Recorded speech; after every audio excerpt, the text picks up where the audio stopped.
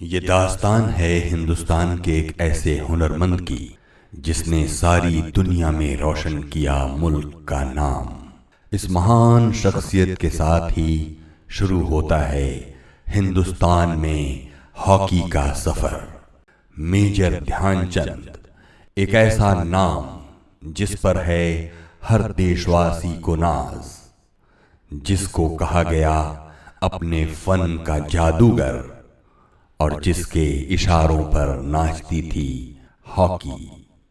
हिंदुस्तान की हॉकी हमेशा मेजर ध्यानचंद की कर्जदार रहेगी। मेजर ध्यानचंद, जो रात रात भर चांद की रोशनी में अकेले मैदान में नंगे पांव हॉकी खेलता था और जो देश के सम्मान और इज्जत की खातिर हिटलर से भी कह सकता था, मैं ठेठ हिंदुस्तानी हूं, चांदी के सिक्कों की खातिर वतन नहीं छोड़ूंगा।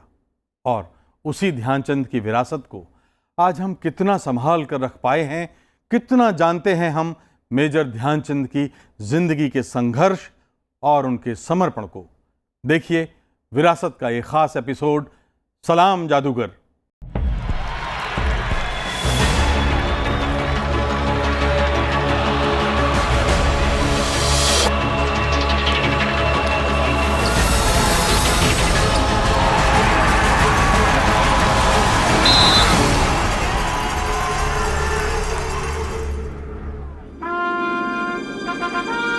वो गुलाम हिंदुस्तान था। नई सदी गोरी हुकूमत का बड़ा क्रूर चेहरा लेकर आई थी। उस दौर में खेलकूद, साहित्य और कलाओं को अपना फुल टाइम देने की बात आम आदमी सोच भी नहीं सकता था। जिन परिवारों के पास अपनी जमीन या अपना कारोबार नहीं था, उन्हें घर चलाने में बड़ी मुश्किल आती थी।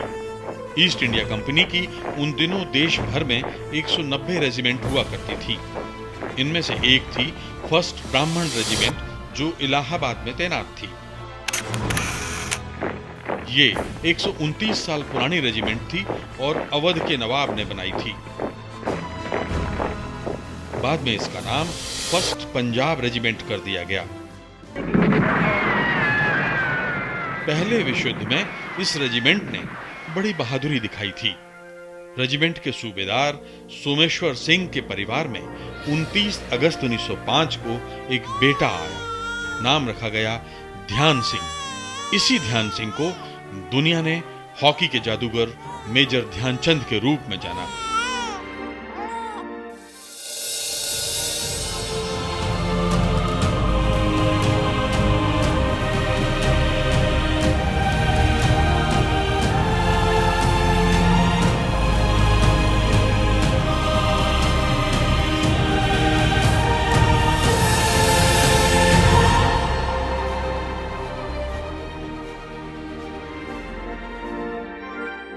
ध्यान सिंह के 2 भाई और 3 बहन थी। 7-8 साल के थे तो पिताजी पहले विश्व युद्ध में भेज दिए गए। बच्चों की पढ़ाई लिखाई अस्त व्यस्त हो गई। मां बच्चों को लेकर झांसी आ गई। ध्यान सिंह बचपन में ही हॉकी के खेल से आंखें लड़ा बैठे।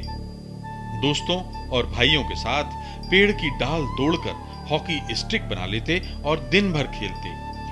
12-13 साल की उम्र में 6वीं कक्षा पास की और फिर पढ़ाई छोड़ दी। स्वभाव से शर्मीले थे। आसानी से किसी के साथ घुलते मिलते नहीं थे। इसलिए किशोर होने तक ध्यानचंद का दोस्त था उसका सूनापन। मैं 5-6 साल का जब था, स्कूल में पिता ने भर्ती किया तो रोजाना बस तक सुबह ब्रेकफास्ट के करके मैं हमारे माता पिता ने भेजना और रास्ते में जाकर बस्तों को इधर उधर छिपा देना और दरख्तों के ऊपर सब के सब चढ़ जाना और इधर उधर वो खेलना, कभी इधर कूदना कभी उधर, दिन भर खेलते रहते थे जी माँ भी। लेकिन इम्तिहान जब शुरू हो गया तो रोजाना इम्तिहान देने के जब पहुंचे तो हर एक सब्जेक्ट में मेरे 0 नंबर। ओह, बस वहाँ से हमारे पिता लेकर मुझको कान पकड़ के लाए और घर में आके हमको बहुत डंडों से मारा और मार करके उन्होंने बतलाया कि अब इसको स्कूल ही नहीं भेजेंगे। उस वक्त से स्कूल ही बंद कर दिया वहाँ। विश्व युद्ध के बाद पिताजी 1919 में लौटे तो बड़े परेशान हो गए। बिना पढ़ाई के कहां काम मिलेगा। उधेड़ बुन में साल 2 साल गुजर गए। इसी बीच रेजिमेंट में भर्ती होने लगी तो ध्यान सिंह ने भी अपना आवेदन लगा दिया। सिपाही की नौकरी मिल गई। ध्यान सिंह 7वें आसमान पर थे। 10-12 रुपए की पहली वेतन मिली तो रात भर खुशी के मारे नींद ना आई। दिन अच्छे कटने लगे। अक्सर ध्यान सिंह रात होते ही पास के खेल मैदान में चले जाते और चांदनी रात में अकेले हॉकी खेला करते। परिवार के लोग इस सनक से बहुत खुश नहीं थे, लेकिन उन्होंने कभी टोका भी नहीं, क्योंकि ध्यानचंद में और कोई ऐब नहीं था। ध्यान सिंह की रेजिमेंट अच्छी हॉकी खेलने के लिए मशहूर थी। जब रेजिमेंट के सूबेदार मेजर बाले तिवारी ने देखा कि ध्यान सिंह पेड़ से लकड़ी तोड़कर उसकी हॉकी बनाकर खेलते हैं और उन्हें कोई खिलाड़ी रोक नहीं पाता, तो वे हैरान रह गए। होता यह था कि रेजिमेंट के दूसरे सिपाही शाम की गपशप में लगे होते तो ध्यान सिंह चांद की रोशनी में मैदान में अकेले हॉकी खेल रहे होते। छुपा के करता था। छुपाने का मकसद ये कि दोपहर में जब लोग अपने टेंट में सो रहे होते थे, उनके साथ ही खाना खाने के बाद पता लगा ध्यानचंद अपनी हॉकी बॉल लेकर ग्राउंड पे प्रैक्टिस कर रहे हैं। किसी को पता ही लग रहा। लौट कर आए, बिस्तर पे पड़ गए। शाम को जब रोल कॉल हो गया तो ग्राउंड में निकल गए। अंधेरा है तो खेल रहे हैं और चांदनी रात है तो ज़्यादा खेल रहे हैं। बाले तिवारी खुद भी अच्छे खिलाड़ी और प्रशिक्षक थे। उन्होंने ध्यान सिंह को हॉकी सिखाना शुरू कर दिया। ध्यान सिंह बाले तिवारी को अपना गुरु मानने लगे। एक दिन गुरुजी ने उनका नाम ही बदल दिया। बोले, जिस तरह तुम चांद की रोशनी में हॉकी सीखते हो, एक दिन तुम गगन में हॉकी के चांद बनकर चमकोगे। तुम्हारा नाम आज से ध्यानचंद है। और उस दिन से ध्यान सिंह का नाम हो गया ध्यानचंद।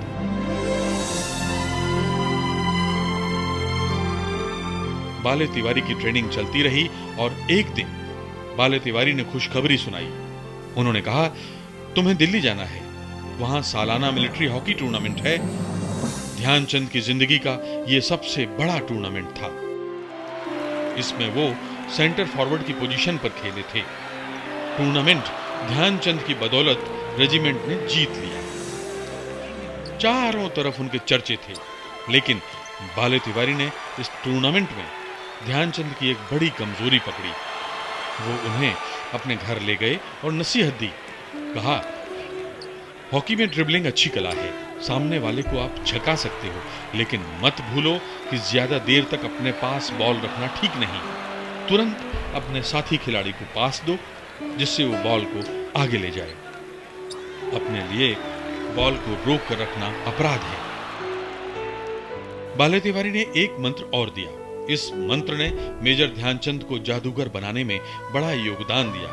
ये मंत्र था, गोल के मुहाने पर हो तो ये जरूरी नहीं कि ताकतवर स्ट्रोक से ही गोल होगा। चतुराई से गोल करने वाले बिंदु का चुनाव करना और कौशल से उछाल कर अंदर कर देना। यानी उस समय शरीर से नहीं बल्कि पूरे दिमाग का इस्तेमाल करना होता है। फिर देखो 100% गोल होकर रहेगा। ध्यानचंद ने जिंदगी भर इसका पालन किया और अपने को हॉकी के प्रति समर्पित कर दिया। अपने शहर में उन्होंने झांसी हीरोज हॉकी क्लब बनाया। ये इकलौता सिविलियन क्लब है जिसके लिए ध्यानचंद हमेशा खेले।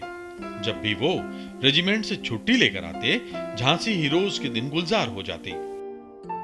जिस बच्चे को वो चाहते थे कि किसी ने ये काम गलत किया है, उसको हाल बुलाते थे, बेटा इधर आओ, देखो तुमने ये पास जो दिया ये गलत दिया, ये तुमको यहाँ देते तो तुम्हारे चांसेस स्कोरिंग के ज़्यादा होते, और बॉल कंट्रोल तुम्हारा ये अभी वीक है, थोड़ा इस पे प्रैक्टिस करो, सेल्फ प्रैक्टिस।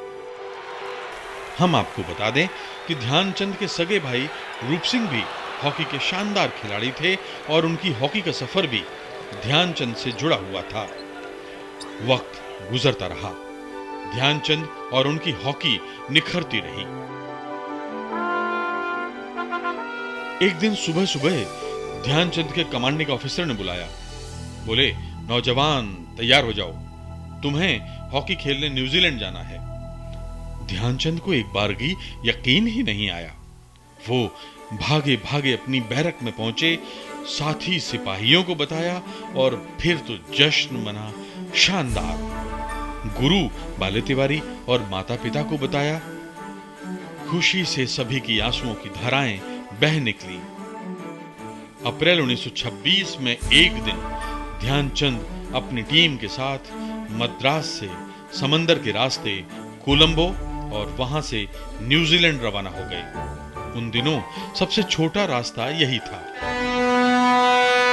मई के पहले सप्ताह में यह टीम न्यूजीलैंड पहुंची।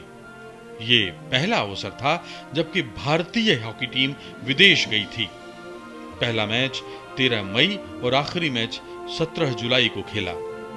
कुल 21 मैच खेले। इनमें से 18 मैच भारतीय टीम जीती, 2 बराबर रहे और सिर्फ एक में हार का सामना करना पड़ा। भारतीय टीम ने 192 गोल किए और मात्र 24 गोल खाए। ध्यानचंद ने गोलों का शतक लगाया, यानी कुल 100 गोल किए। न्यूजीलैंड में चारों ओर भारतीय टीम के चर्चे थे। ध्यानचंद को लोग राह चलते पहचान लेते थे। हर शहर में उनके स्वागत समारोह होते। 75 में मेरा पहली बार जाना हुआ न्यूजीलैंड, और वहाँ पर जो लोग मिले हैं मुझे, कई उस जमाने के कैप्टन भी मिले जो बाबूजी के खिलाफ खेले थे। और अच्छा। जी मेरे से मिलने आए कि ध्यानचंद का लड़का आया है। उन्होंने मेरे साथ फोटो खिंचाई, एक इंटरव्यू करा मेरे साथ में, जो जिसकी फोटो मेरे पास में रखी हुई है आज भी। ध्यानचंद एक हीरो की तरह न्यूजीलैंड से लौटे थे। लौटते ही खुशियों से झोली भर गई। ध्यानचंद सिपाही से लांस नायक बना दिए गए थे। ध्यानचंद अचानक इस लोकप्रियता से हैरान थे। हॉकी ने उनकी जिंदगी बदल कर रख दी थी। ध्यानचंद को हॉकी ने पहचान तो दिलाई थी, लेकिन शिखर अभी दूर था। न्यूजीलैंड से लौटकर रेजिमेंट ने फौजी काम में लगा दिया और हॉकी कहीं पीछे छूट गई। ध्यानचंद को बेचैनी होने लगी। महीनों बीत गए, लेकिन हॉकी खेलने का कोई मौका हाथ ना लगा। कभी कभी लगता कि हॉकी अब अतीत बन चुकी है। अंतर्राष्ट्रीय स्तर पर भी हॉकी के लिए माहौल बहुत अनुकूल नहीं था, क्योंकि 1924 के पेरिस ओलंपिक खेलों से हॉकी को हटा दिया गया था। लेकिन इसी बीच 1926 में ग्वालियर में इंडियन हॉकी फेडरेशन ने जन्म लिया।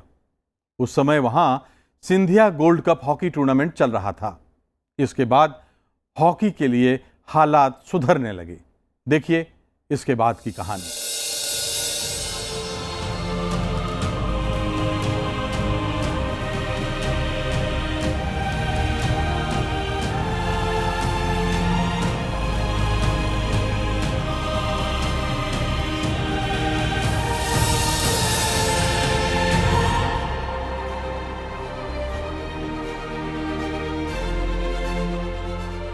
इंडियन हॉकी फेडरेशन ने ओलंपिक खेलों में हॉकी को एक बार फिर शामिल करने की मुहिम छेड़ दी।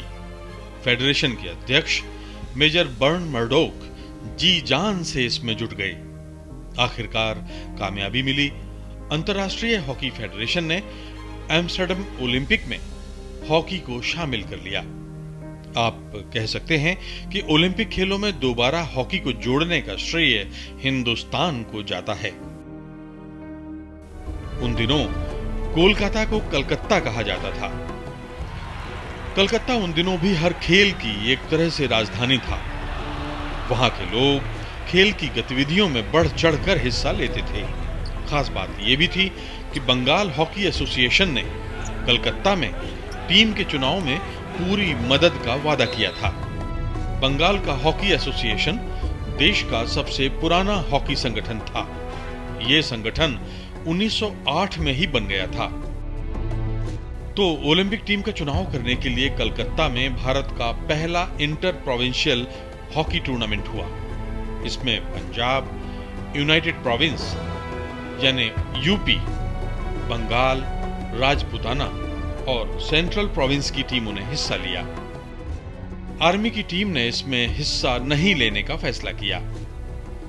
ध्यानचंद पहले तो बहुत निराश हो गए, लेकिन बाद में उन्हें कहा गया कि वो यूपी की टीम से खेलेंगे। ध्यानचंद के लिए किसी सिविलियन टीम में खेलने का यह पहला मौका था। स्वभाव से संकोची शर्मीले ध्यानचंद बाकी टीम से बहुत घुल मिल नहीं पाए थे और सीधे कलकत्ता पहुंचे थे। 13 से 16 फरवरी 1928 तक ये टूर्नामेंट चला और बताने की जरूरत नहीं कि ध्यानचंद की यूपी टीम राष्ट्रीय विजेता रही। कलकत्ता के सबसे बड़े अंग्रेजी अखबार स्टेट्समैन ने भी ध्यानचंद की तारीफों के पुल बांध दिए। इसके बाद 2 ट्रायल मैच और हुए। दांव पैंच चले, राजनीति भी जमकर हुई। आखिरकार 19 फरवरी 1928 को ओलंपिक टीम का ऐलान हो गया, लेकिन अभी भी संकट खत्म नहीं हुआ था। फेडरेशन के पास खिलाड़ियों को भेजने के लिए किराया और वहां होने वाले खर्चों के लिए पैसे ही नहीं थे। इधर उधर से मांग मूंग कर जैसे तैसे 11 खिलाड़ियों का इंतजाम हुआ। 2 का इंतजाम अभी भी नहीं हो पा रहा था। बंगाल हॉकी संघ ने ऐन वक्त पर मदद की और 2 खिलाड़ियों के खर्च का भार अपने सर ले लिया। इस तरह से आखिरी बाधा भी दूर हो गई। 10 मार्च 1928 हिंदुस्तान के हॉकी इतिहास का खास दिन। भारतीय हॉकी टीम बंबई के बंदरगाह से कैसरे हिंद जहाज से लंदन रवाना हुई। 30 मार्च को यह टीम लंदन के पास एसेक्स के टिलबरी बंदरगाह पर ठिकाने लगी। 20 दिन की समंदर यात्रा ने टीम के अंदर एक परिवार की भावना जगा दी थी।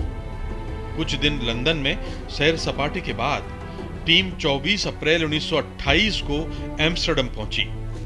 ओलंपिक का पहला मैच 17 मई को था और बीच के 3 हफ्ते में टीम ने हॉलैंड में 4, जर्मनी में 2 और बेल्जियम में 1 मैच खेला। इन सभी में भारतीय टीम ने शानदार जीत हासिल की। एक नजर हमारी टीम के किए गए गोल पर।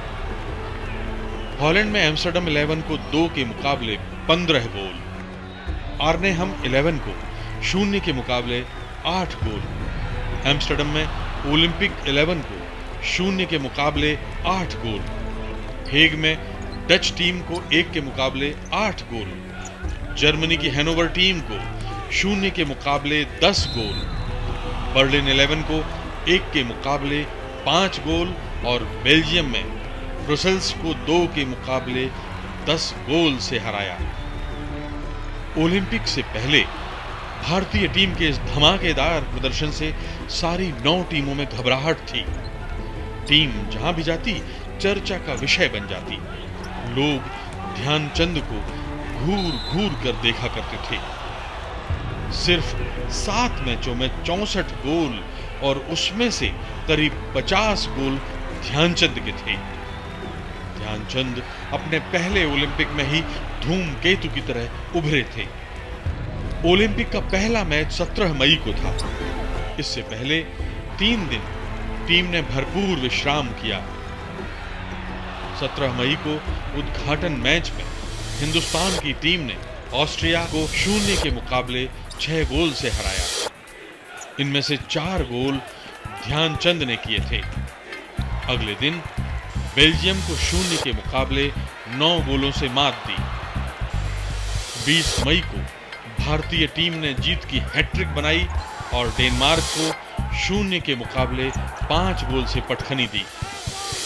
22 मई को भारत ने स्विट्जरलैंड से सेमीफाइनल खेला और 0 के मुकाबले 6 गोल से धूल चटाई। फाइनल में हॉलैंड से मुकाबला था और आधी टीम बुखार का शिकार बन गई थी। खुद ध्यानचंद को 103 डिग्री बुखार था। टीम मैनेजर ने कहा, ध्यानचंद, तुम बीमार हो, देख लो। डॉक्टर की राय है कि तुम्हें आराम की सख्त जरूरत है। सर, मैं एक सिपाही हूँ और जब जरूरत हो तो सिपाही जान की बाजी लगा देता है। मैं और मेरे सारे बीमार साथी खेलेंगे और स्वर्ण पदक लाएंगे। ठीक है, जैसा तुम ठीक समझो।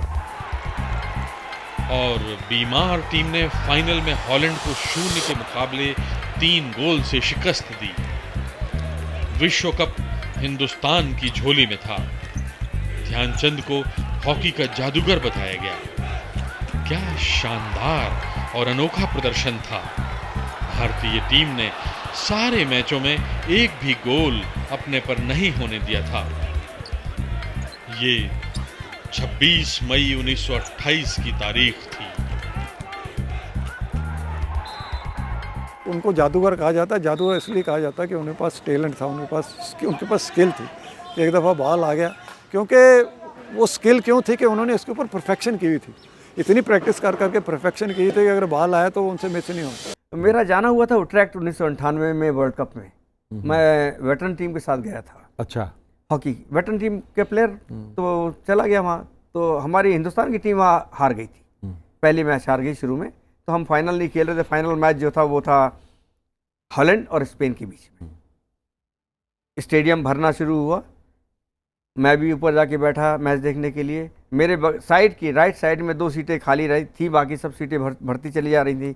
मैंने देखा एक ओल्ड कपल उस पर आके बैठ गया और मेरे बगल में जो सज्जन बैठे थे, सूटेड बूटेड और कैप लगाए हुए, बड़े स्मार्ट। तो मेरी नज़र ज़रा सी साइड में गई तो मैंने देखा कि उनकी टाई जो है वो इंडिया कलर, जो हमको ट्राई कलर मिलता है, लाइट ब्लू डार्क ब्लू, वो पहने बैठे हैं, जो सूट नहीं कर रहा था उनके सूट के साथ।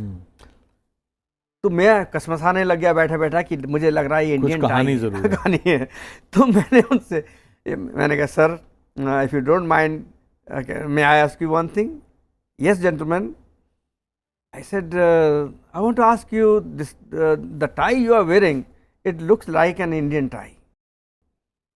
Yes, this is the Indian tie, and it was given me by Mr. Dhyan Chand, against whom I played it in the year 1928. दुनिया भर के अखबार भारतीय टीम और ध्यानचंद की तारीफ से रंगे पड़े थे। टीम जब लौटी तो जैसे सारी बंबई टीम के स्वागत के लिए उमड़ पड़ी। हिंदुस्तान के खिलाड़ियों का विश्व विजेताओं की तरह अभिनंदन किया गया। ओलंपिक में जीत के बाद तो हॉकी एक तरह से हिंदुस्तान का राष्ट्रीय खेल बन गई। गली मोहल्लों, गांवों, कस्बों और शहरों में बच्चों से लेकर अधेड़ तक हॉकी खेलते नजर आते थे, जैसे कि आज क्रिकेट खेला जाता है। ध्यानचंद ये देखकर खुश हो जाते। वो अपनी रेजिमेंट में लौट आए थे और वहां उनका स्वागत किसी हीरो से कम नहीं हुआ था। जब वो छुट्टी लेकर अपने शहर पहुंचे तो पूरे शहर ने अपने इस लाडले का दूल्हे की तरह स्वागत किया। छुट्टियों में उन्होंने झांसी हीरोज को खेल के अनेक मंत्र दिए और मंत्र लेने वालों में उनके सगे छोटे भाई रूप सिंह भी थे, जो बड़े भाई को देख देख कर हॉकी सीखते थे। अब देखिए इसके आगे की कहानी।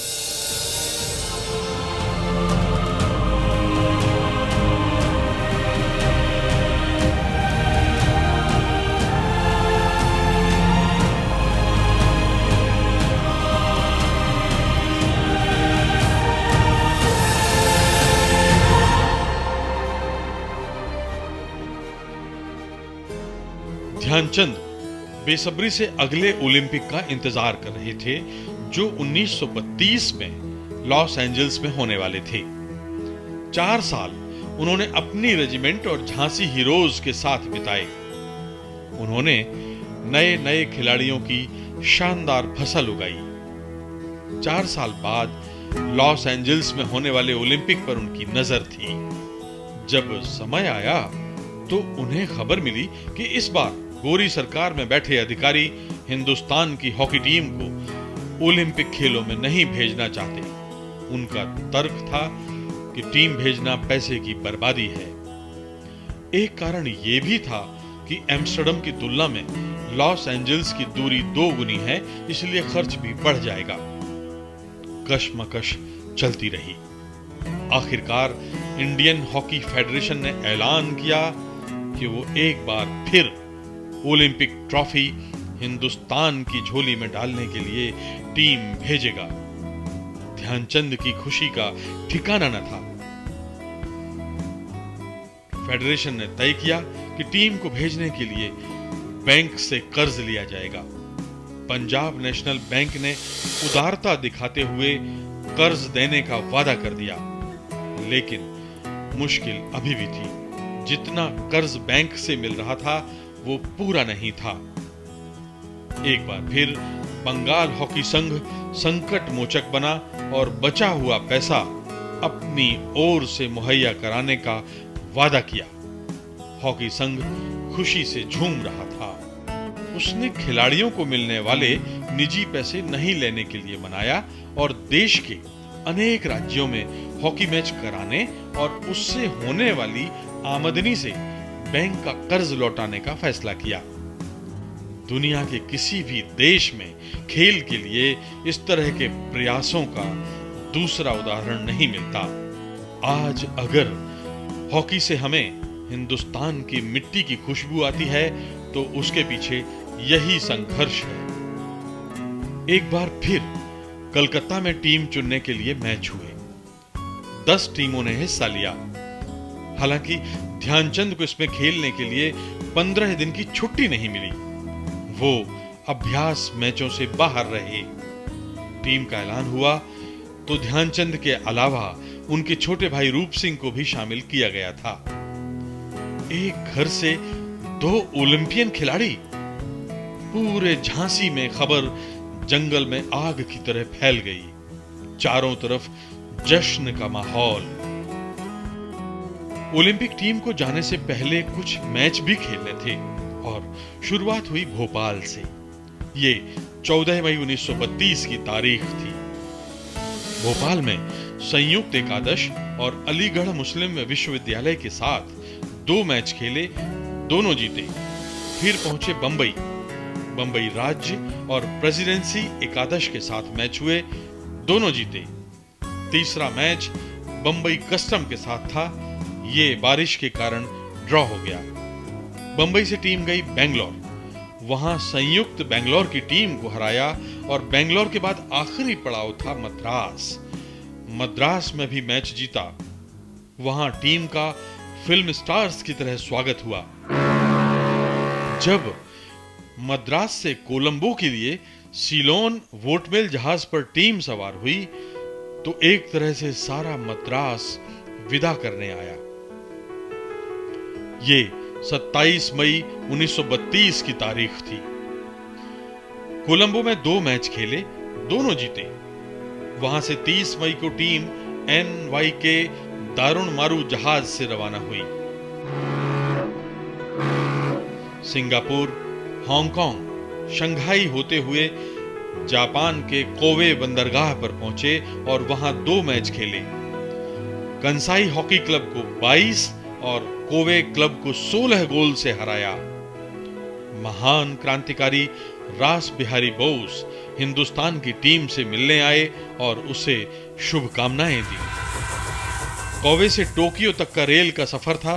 टोक्यो में 2 मैच खेले और दोनों जीते। दूसरा मैच जापान एकादश के साथ हुआ जो 11 गोल से जीता। इसके बाद हिंदुस्तानी टीम जापान के याकोहामा से एक विराट जहाज तत्सुतामारू में बैठी। जहाज को देखकर खिलाड़ियों की आंखें चौड़ी हो गईं। जहाज पर सब कुछ था। स्विमिंग पूल, हॉकी का खेल मैदान, 100 मीटर दौड़ के लिए ट्रैक और सैकड़ों लोगों के लिए एक साथ बैठकर भोजन कराने वाला रसोई घर। अनेक खिलाड़ियों के लिए ये अजूबा ही था। 30 जून को धरती के स्वर्ग होनोलुलु और 6 जुलाई को सैन फ्रांसिस्को होते हुए अमेरिका के सैन पेड्रो बंदरगाह पर उतरे। 42 दिन के समंदर सफर ने थका दिया था। यहां से लॉस एंजलिस तक की दूरी कार से तय की और ओलंपिक गांव जा पहुंचे। 30 जुलाई 1932 को ओलंपिक खेलों का रंगारंग उद्घाटन हुआ। अब देखिए हिंदुस्तान की हॉकी टीम के मुकाबले और उनका गोल रिकॉर्ड। 4 अगस्त मैच जापान से हिंदुस्तान ने जीता 1 के मुकाबले 11 गोल से। 11 अगस्त मैच अमेरिका से जीता 1 के मुकाबले 24 गोल से। एक नया विश्व रिकॉर्ड। हिंदुस्तान एक बार फिर विश्व विजेता बन चुका था। 15 अगस्त को टीम ने लॉस एंजल्स से विदाई ली। अब उन्हें न्यूयॉर्क जाना था। रास्ते में फिलाडेल्फिया रुके और संयुक्त राज्य एकादश से मैच खेले।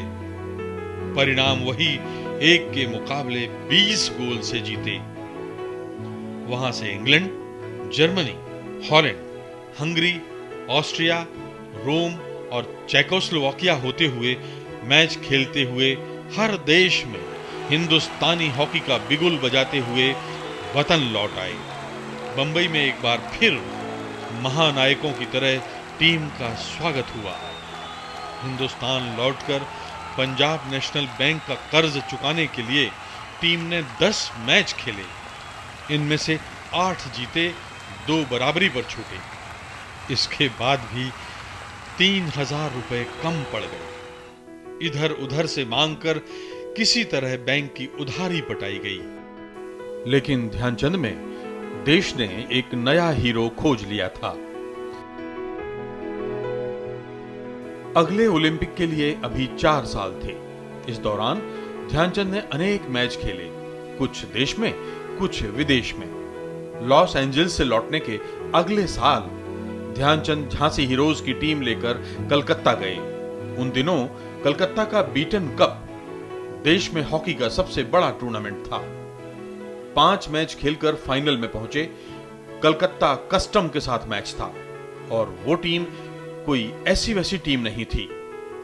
संकट तो तब आया जब ध्यानचंद को पेचिस हो गई। उनकी हालत बेहद खराब थी, चक्कर आ रहे थे और मैच शुरू होने के पहले वो खड़े भी नहीं हो पा रहे थे। टीम में निराशा थी। पर जब मैच की सीटी बजी तो लोगों ने पाया ध्यानचंद अपनी स्टिक के साथ मैदान में हैं। शानदार मुकाबला, लेकिन नतीजा तो वही। ध्यानचंद हैं जहां, जीत है वहां। बेटन कप लेकर कलकत्ता से बिना आरक्षण 3rd क्लास के डिब्बे में जब झांसी हीरोज की टीम उतरी तो हजारों लोग स्टेशन पर मौजूद थे। इसी साल कलकत्ता का दूसरा बड़ा hockey tournament Lakshmi Vilas cup भी ध्यानचंद की बदौलत झांसी हीरोज की झोली में था। अगले साल यानी 1934 में पश्चिमी एशियाई खेल दिल्ली में हुए।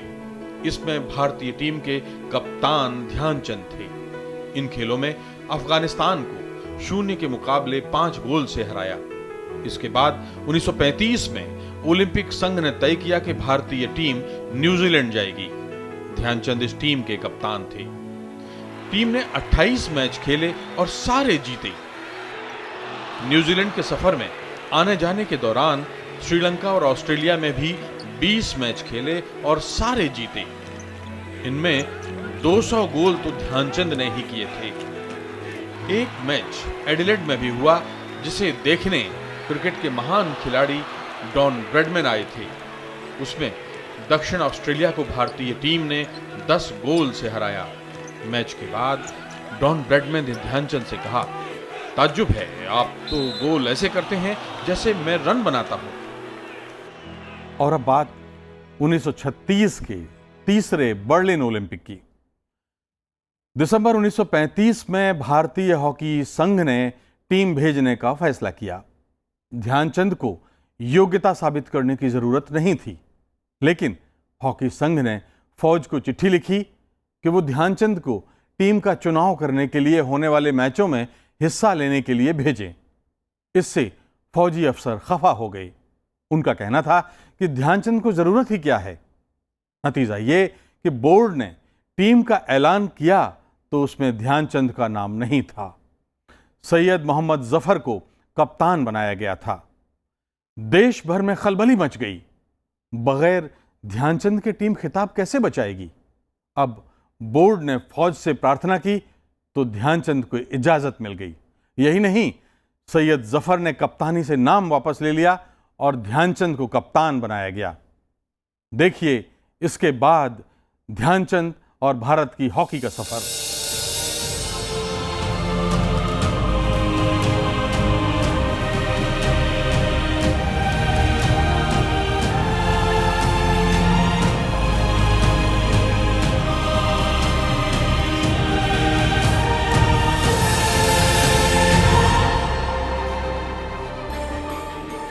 बर्लिन रवाना होने से ठीक पहले पिताजी ने एक दिन चौंका दिया।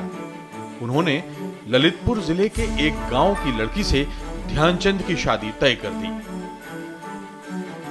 चंद रोज बाद यानी 15 जून 1936 को ध्यानचंद झांसी से दिल्ली पहुंचे। अगले दिन दिल्ली एकादश से ओलंपिक के लिए चुनी गई टीम का मैच था। इस मैच में बड़ा झटका लगा। दिल्ली टीम ने ओलंपिक टीम को करारी मात दी। ध्यानचंद के लिए यह अशुभ शुरुआत थी। इसके बाद उन्होंने खिलाड़ियों से भावुक रिश्ता बनाया और उन्हें एक परिवार की तरह खेलने की प्रेरणा दी। सारे खिलाड़ी उत्साह से लबरेज थे। दिल्ली से भोपाल जाना था, बीच में झांसी हीरोज के साथ एक मैच खेलना था। ये मैच 7 गोल से जीता। भोपाल एकादश को 3 गोल से हराया और उसके बाद मद्रास इंडियन और ऑल मद्रास की टीमों को हराया। आखिरी मैच बेंगलोर में हुआ, 4 गोल से वो मैच भी जीता। मद्रास के अंदर हम 74 के अंदर all star Asia versus India matches हो रहे थे। तो एक लंबा पास रशीद ने इस्लाह की तरफ गया, एक बहुत लंबा थ्रू पास। तो इस्लाउद्दीन उस बॉल पे फुल स्पीड से भागा और फुल स्पीड के अंदर ही उसको है ना बॉल को बाहर जाने से पहले जो शॉट मारा, क्रॉस मारा डी की तरफ, तो वो बॉल फ्लाइंग कर गई। और वो फ्लाइंग इतनी कर रही थी कि जो शोल्डर के लेवल से जा रही थी, जो अनबिलीवेबल उस बॉल में। और रशीद जूनियर ने यूँ भागते हुए जाके जो स्टिक लगाई, मुझे मैजिक मतलब जादू की तरह वो बॉल ने बजाय यूँ जाने के बाद उसने रुख चेंज किया और बिल्कुल उसी हाइट से वो जाके नेट के जो है ना बिल्कुल अंदर जाके फिर गई। वो गोल हो गया। मैच ख़त्म हो गया तो मैं रूम में गया तो एक एंग्लो इंडियन, उन्होंने ये कहा कि ये गोल मैंने 1936 के अंदर जब ओलंपिक में टीम जा रही थी इंडिया की मद्रास से, तो मद्रास में एक शो मैच हुआ था वर्सेस रेस्ट ऑफ इंडिया और ओलंपिक टीम। उसके अंदर मेरे फादर खेल रहे थे राइट आउट, तो इसी तरह के ध्यानचंद जी ने एक उनको पास फेंका था झंडी के ऊपर और उन्होंने उधर से क्रॉस मारा, वो फ्लाइंग में जा रहा था और ध्यानचंद जी ने जो स्टिक लगाई तो सीधी गोल के अंदर। तो वो जो मैजिक मतलब जो मैजिक का कॉन्सेप्ट है, तो ध्यानचंद जी से स्टिक से जो चीज़ निकली है वो हॉकी की हिस्ट्री में मैजिक है। 27 जून को सीलोन के पीएनडो जलपोत रनपुरा से टीम रवाना हो गई। 10 जुलाई को यह दल मॉर्सेल्स पहुंचा। अगले दिन सुबह उन्होंने पेरिस के लिए ट्रेन पकड़ी। टीम तीसरे दर्जे में सवार थी। ट्रेन में पेंट्री कार थी, लेकिन टीम के पास खाने के लिए पैसे नहीं थे। भूखी टीम ने पेरिस से बर्लिन का सफर भी 3rd क्लास के डिब्बे में किया। कड़ाके की ठंड में सिकुड़े ठिठुरते रात भर सफर कटा। अपनी हालत पर दुख और तरस भी हमारे इन जांबाजों को आ रहा था, लेकिन वतन के लिए तीसरी बार खिताब लाने का जोश और जुनून भी था। हिंदुस्तानी टीम का बर्लिन में जोरदार स्वागत हुआ। पूरी टीम का बर्लिन के टाउन हॉल में नागरिक अभिनंदन हुआ। लोग हिंदुस्तानी हॉकी, खासकर ध्यानचंद का जलवा देखने के लिए बेताब थे।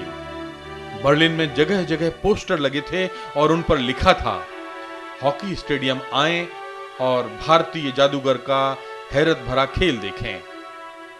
जर्मन अखबार रोज ही छापते थे कि खेलगांव में इस बार एक जादू का खेल भी है। जर्मन तानाशाह हिटलर ने इस ओलंपिक को अपने महिमा मंडन का जरिया बना लिया था, इसलिए ओलंपिक गांव में हर बार से ज्यादा भव्यता दिखाई दी। 11 जुलाई को जर्मनी की टीम से भारतीय टीम ने अभ्यास मैच खेला।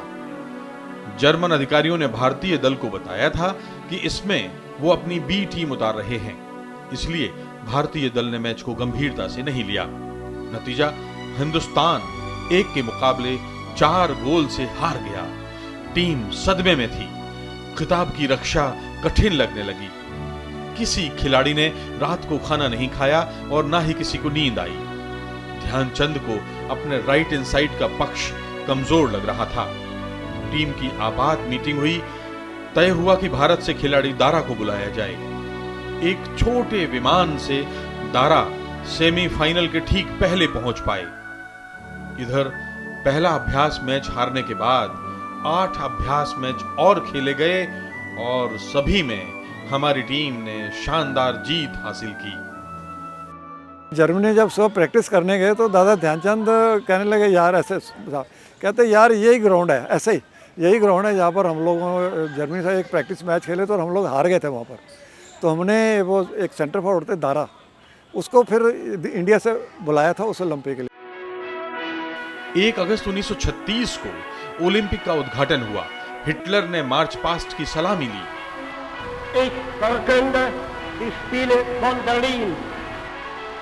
ये पहले ओलंपिक खेल हैं जो टीवी पर दिखाए गए थे।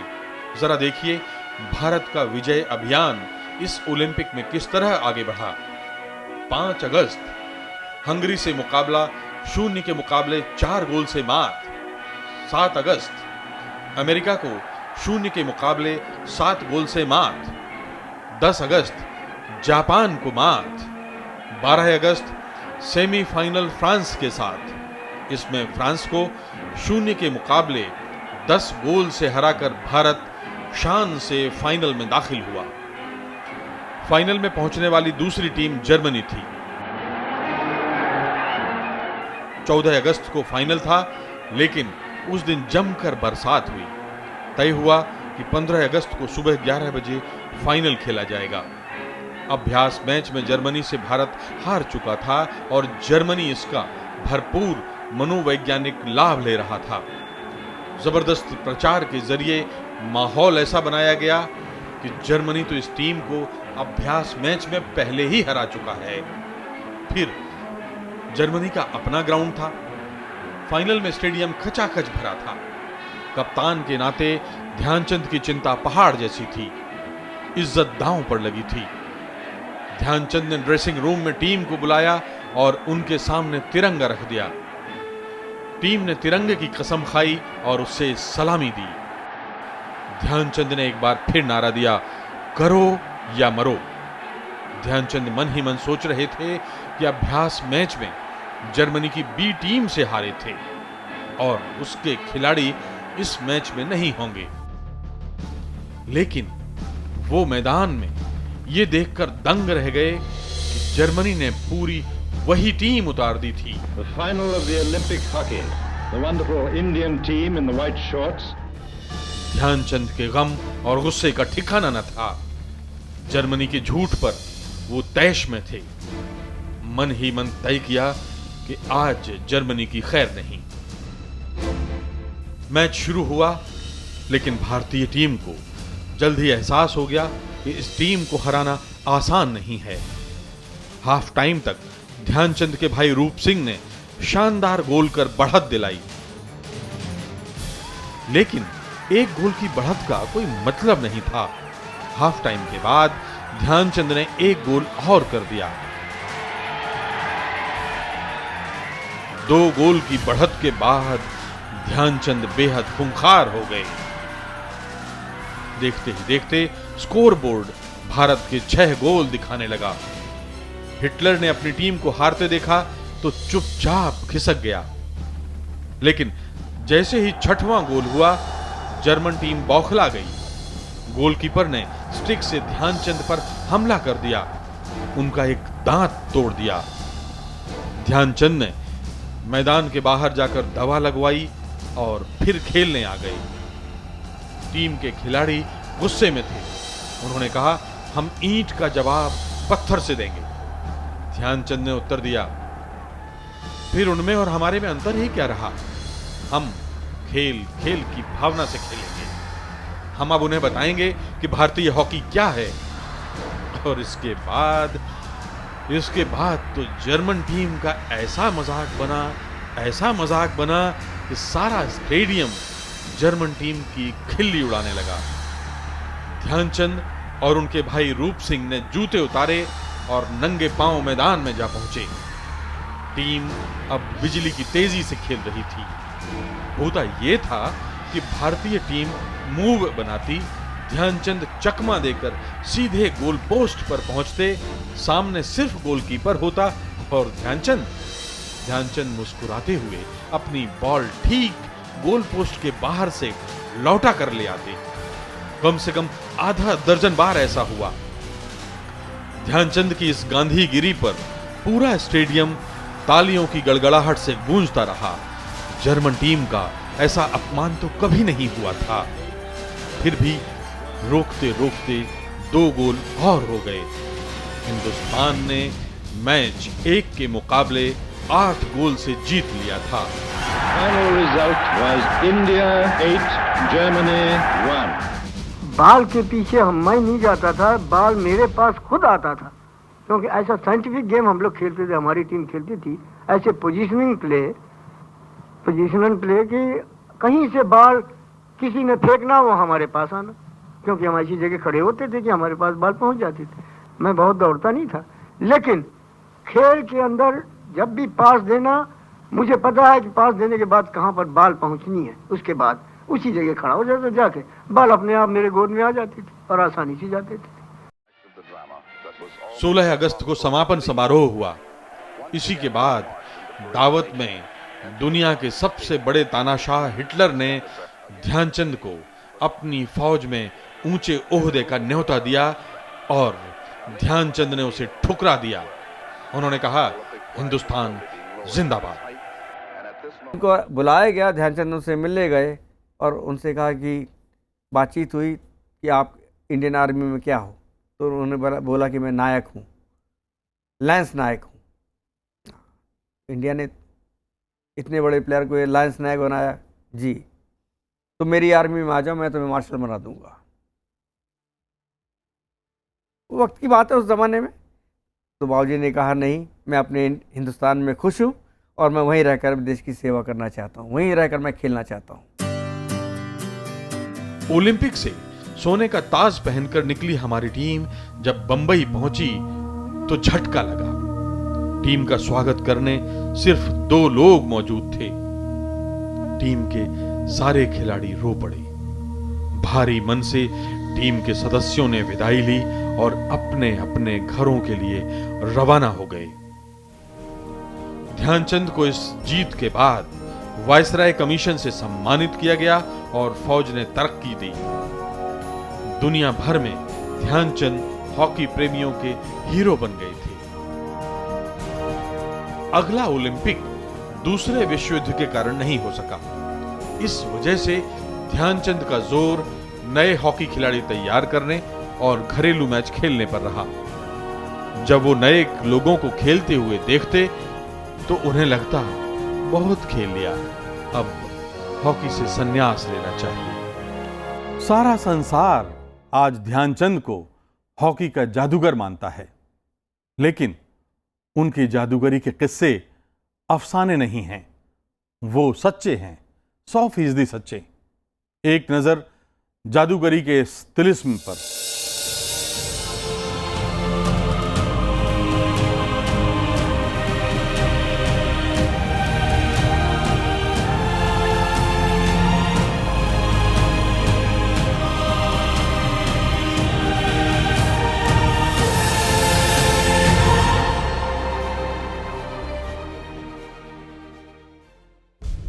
ध्यानचंद को हॉकी का जादूगर कहा जाता है तो इसलिए कि उनका खेल दुनिया भर में किंवदंती बन गया था। हम कुछ उदाहरण बताते हैं। जब टोक्यो में 1932 के ओलंपिक से पहले जापान की टीम को 11 गोल से हराया तो वास्तव में ध्यानचंद की हॉकी को तोड़कर देखा गया कि कहीं उसमें कुछ अंदर चुंबक तो नहीं है। ये बॉल के साथ इसका जो बाएं दाएं बॉल का चलना, बॉल के साथ मूवमेंट, जहां बॉल एक्यूरेसी फेंकना, बॉल जा रही है जैसे चिपकी हुई बॉल को हॉकी तोड़ के देखो, हॉकी बदल के देखो, दूसरी हॉकी दे के देखो। तो ये बाबूजी के साथ हुआ है और जिस हॉकी को पकड़ा उन्होंने वो जादू की हॉकी बन गई, जिस छड़ी को पकड़ा वो हॉकी बन गई। इसी तरह विदेश में एक गोरी महिला मैच के मध्यांतर में आई और ध्यानचंद को अपनी बंद छतरी दी। बोली, आप तो जादूगर हैं, इस छतरी से भी खेल सकते हैं। पहले तो ध्यानचंद ने उसे हंसी में टालने की कोशिश की, लेकिन वो नहीं मानी तो आधा घंटे उन्होंने बंद छतरी से खेला और गोल भी किए। मुझे याद है पटियाला में जब हम ट्रेनिंग कर रहे थे, उन्होंने हमारे सामने 10 हॉकी बॉल उठाई और मारी, 10 की 10 क्रॉस बार पे लगी। और फिर उन्होंने सारे जितने ट्रेनिज थे सबको कहा, अगर तुम में से 2 कोई लगातार इसको मार देगा उसको मेरी तरफ से 10 रुपये का इनाम। 10 रुपये उस वक्त बहुत होते थे। आप यकीन मानना, हम सुबह से शाम तक लगे रहते थे तो बड़ी मुश्किल से एक आध मार पाते थे। हमसे किसी से भी 2 बार नहीं लगा और उन्हें 10 की 10 को हाफ वाली बनाया और क्रॉस बार पे मारा। न्यूजीलैंड में जब मैं गया हूँ 75 में, कई लोग आए हैं जो बाबूजी की कटिंग 1926 1935 2 बार गए हैं कटिंग लेकर, साथ साथ में इतनी कटिंग कि ध्यानचंद क्या थे मुझे दिखा रहे कि हेयर इज योर फादर, ये उनके आर्टिकल लिखे हैं, ये है ध्यानचंद, ये ध्यानचंद, ये ध्यानचंद। इसी बीच हिंदुस्तान आजाद हुआ। आजादी के बाद अफ्रीकी देशों की ओर से भारतीय टीम को हॉकी खेलने का निमंत्रण मिला। 6 दिसंबर 1947 को ध्यानचंद की कप्तानी में टीम पूर्वी अफ्रीका के लिए समंदर के रास्ते रवाना हो गई। 15 दिसंबर को टीम मोम्बासा पहुंची, वहां 28 मैच खेले और सारे जीते। उस दौर के अफ्रीका में सितारों की तरह ध्यानचंद की टीम का स्वागत किया गया। ध्यानचंद के लिए शायद यही आखिरी अंतर्राष्ट्रीय सीरीज थी। ध्यानचंद को हॉकी के प्रति योगदान पर पद्म भूषण से सम्मानित किया गया। इसके बाद के दिन इस जादूगर के लिए थोड़े मुश्किल भरे थे। फौज से नाता टूट चुका था।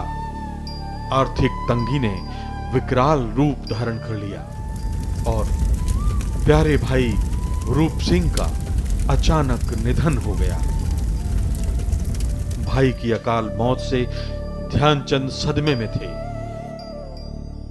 बड़ा परिवार था हमारा। उस वक्त सैलरीज कम थी, तनख्वाहें कम थी, खर्चे ज़्यादा थे, हम लोग की पढ़ाई, सबकी पढ़ाई लिखाई, पैसा नहीं था हमारे पास, किससे पैसा मांगा जाए। नौकरी के अंदर जब उन्होंने नौकरी करी, उनको फंड मुश्किल से 2, 3, 4, 5 हज़ार रुपये उस वक्त कम, तनख्वाहें कम थी, वो पैसा मिला। एक शादी में लग गया तो कुछ दूसरी शादी में लग गया, अब तीसरी शादी के लिए पैसा नहीं, 4 महीने थी हमारी। फिर हम लोगों की शादी ब्याह, दूसरे खर्चे, पढ़ाई लिखाई के खर्चे, कैसे करके वो ज़िंदगी भर इन्हीं में ही जूझते रहे।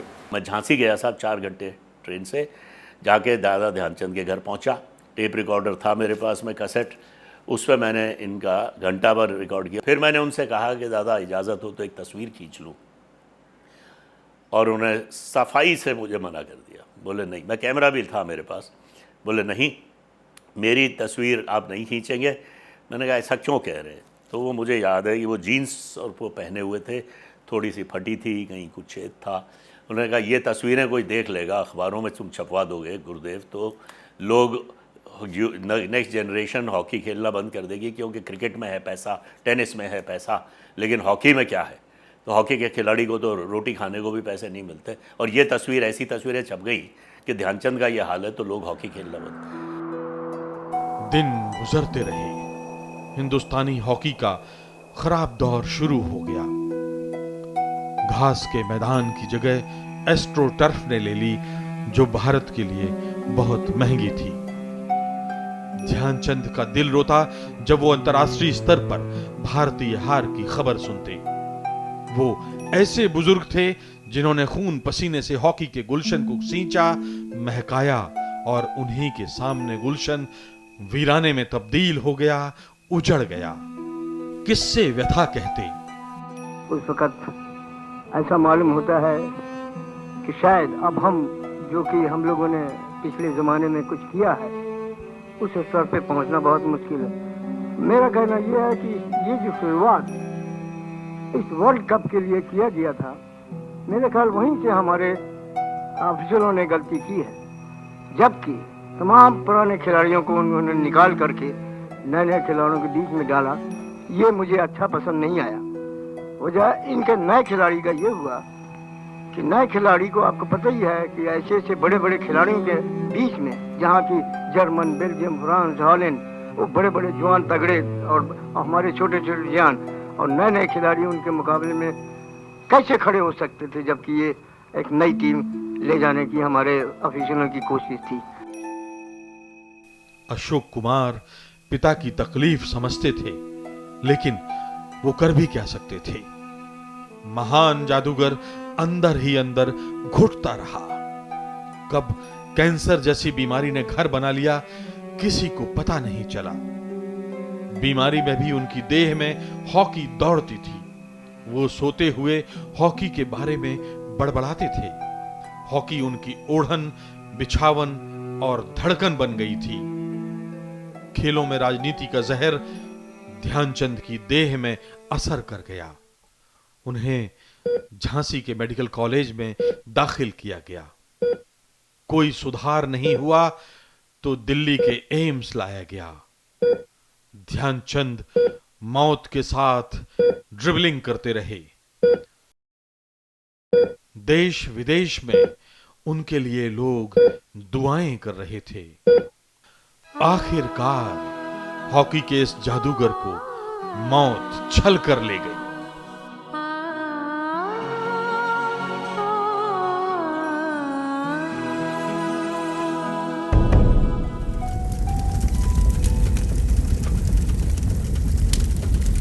मेडिकल इंस्टीट्यूट में मामूली वार्ड में डाल रखा उनको, ध्यानचंद जी को। फिर मैं गया मेडिकल, सामने सड़क क्रॉस करके गया। मैंने कहा यार तुम शर्म करो। फिर मैंने अखबार को खबर दी, नोभा टाइम्स को, टाइम्स ऑफ इंडिया को मैंने खबर दी कि ध्यानचंद जी हैं। फिर ध्यानचंद, उसी के बाद शायद ध्यानचंद जी चले गए। मेजर ध्यानचंद के निधन की खबर जंगल में आग की तरह फैल गई। दुनिया भर के हॉकी प्रेमी सदमे में थे। कई दिनों तक झांसी में मातम छाया रहा। देश ने अपने लाडले मेजर ध्यानचंद को खो दिया था। मेजर ध्यानचंद और हॉकी की दास्तान हमेशा याद करेगा हिंदुस्तान। लेकिन इस तकलीफ के साथ कि हम अपने बीच ऐसे देवदूतों को जिंदगी के आखिरी दिनों में संघर्ष और अभाव से तड़पते देखते हैं और उनके न रहने पर भूल जाने का अपराध भी करते हैं। हमारे दिलों से आह भी नहीं निकलती। ये कैसा समाज हमने बना दिया है। जब भारत रत्न से मिलाने की बात आती है तो ये हर आदमी ये सोचता है कि यार दद्दा उसके लिए बिल्कुल फिट थे और हैं। कि जितनी हम उनकी तारीफ करते हैं, जो उन्होंने अपनी ज़िंदगी में अचीव किया है, अगर उसको मद्देनज़र रखा जाए तो उनको ये अवार्ड मिलना चाहिए था। मेरे नाना जी ने अपने जितने टाइम वो रहे, उन्होंने हॉकी को अपना जीवन बिल्कुल दान में दिया था। तो उस इंसान के लिए इस चीज़ की डिमांड करना ही बड़े शर्म की बात है। मेजर ध्यानचंद का नाम आज के हिंदुस्तान में हॉकी के किसी अवतार से कम नहीं है। ना ही उन्हें किसी सम्मान या पहचान की ज़रूरत है। अफसोस है तो इसी बात का कि आज़ादी के बाद हमने ये कैसा हिंदुस्तान रचा है जिसमें हमारी नई नस्लें अपने पूर्वजों के बारे में बहुत नहीं जानती। ध्यानचंद को सच्ची श्रद्धांजलि तो यही होगी कि एक बार फिर हम देश की हॉकी को वहां ले जाएं जहां ध्यानचंद छोड़कर गए थे। विरासत की इस खास श्रृंखला के तहत हमारे इन पुरखों के बारे में हम आपको लगातार दिखाते रहेंगे। इस वादे के साथ इजाज़त दीजिए। नमस्कार।